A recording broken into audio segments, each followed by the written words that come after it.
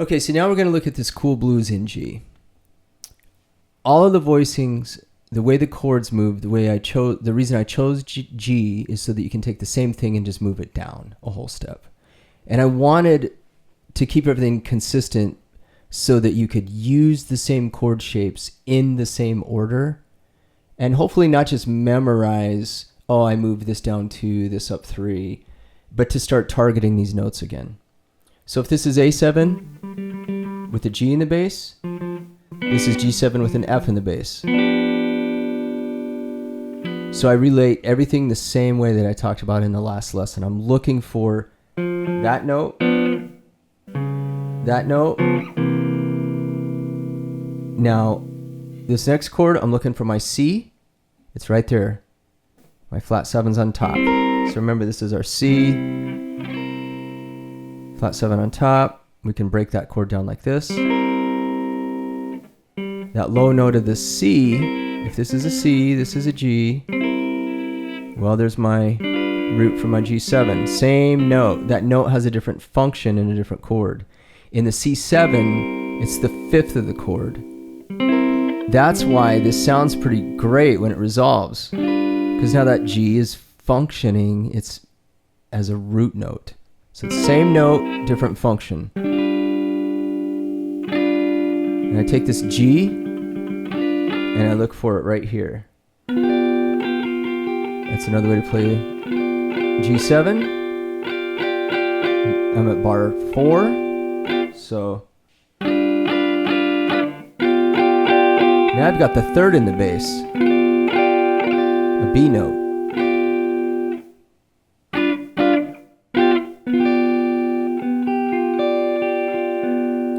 Now a sharp 4 chords, that C sharp,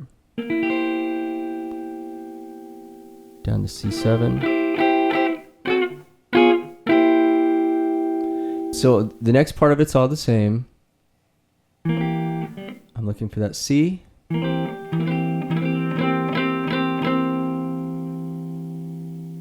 That's in bar 6. Okay, now right here, the G7/B. If you're used to strumming chords, remember you can do these walk downs. C, G, B. That's how this is functioning, this G7/B. So normally in a piece like this, I'd probably avoid an open string. But I left it in here to keep everything consistent for what we did before. And this is a great way to play G7 too. It sounds good in the open position. So we're coming off this C7. The C moves down to a B. And we've got that. I play it like this in the example, I think. So we're coming off the C7. The C comes down to a B. Now off this B7, I'm looking for a D note because it's a G7/D. And remember I talked about that E chord shape and adding the pinky on top, the flat 7. So there's my E shape. So I'm looking for this B. I'm looking for this D. It's a G7/D. Sorry. It's my G7. That's a G. So I go about this one the same way. Like, I don't just memorize it and then move it down 2 frets. I'm actively thinking about where am I on the neck? How does this note relate to the underlying chord? So again, I would practice this in sections and I would practice it slowly. Now, there are a lot of chords at the end. That's the turnaround. So I might spend a little more time there where I'm working out this because we get a chord every beat. So it comes faster, especially the 3rd tempo I gave you.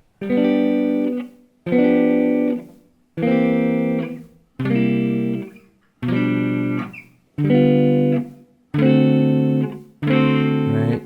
So because those chords are coming faster and it's the end of the song, I would work that out G, G7 with an F, that F walks down, C with an E, that walks down, that C walks down to a B. Now I'm looking for that D, G7 slash D, stay on the D, bring in my D7. So we have and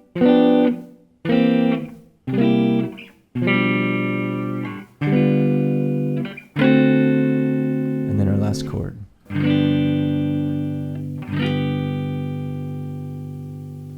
All right, so if you want to find these PDFs and all the backing tracks, you can just go to the website, greenhillsguitariststudio.com.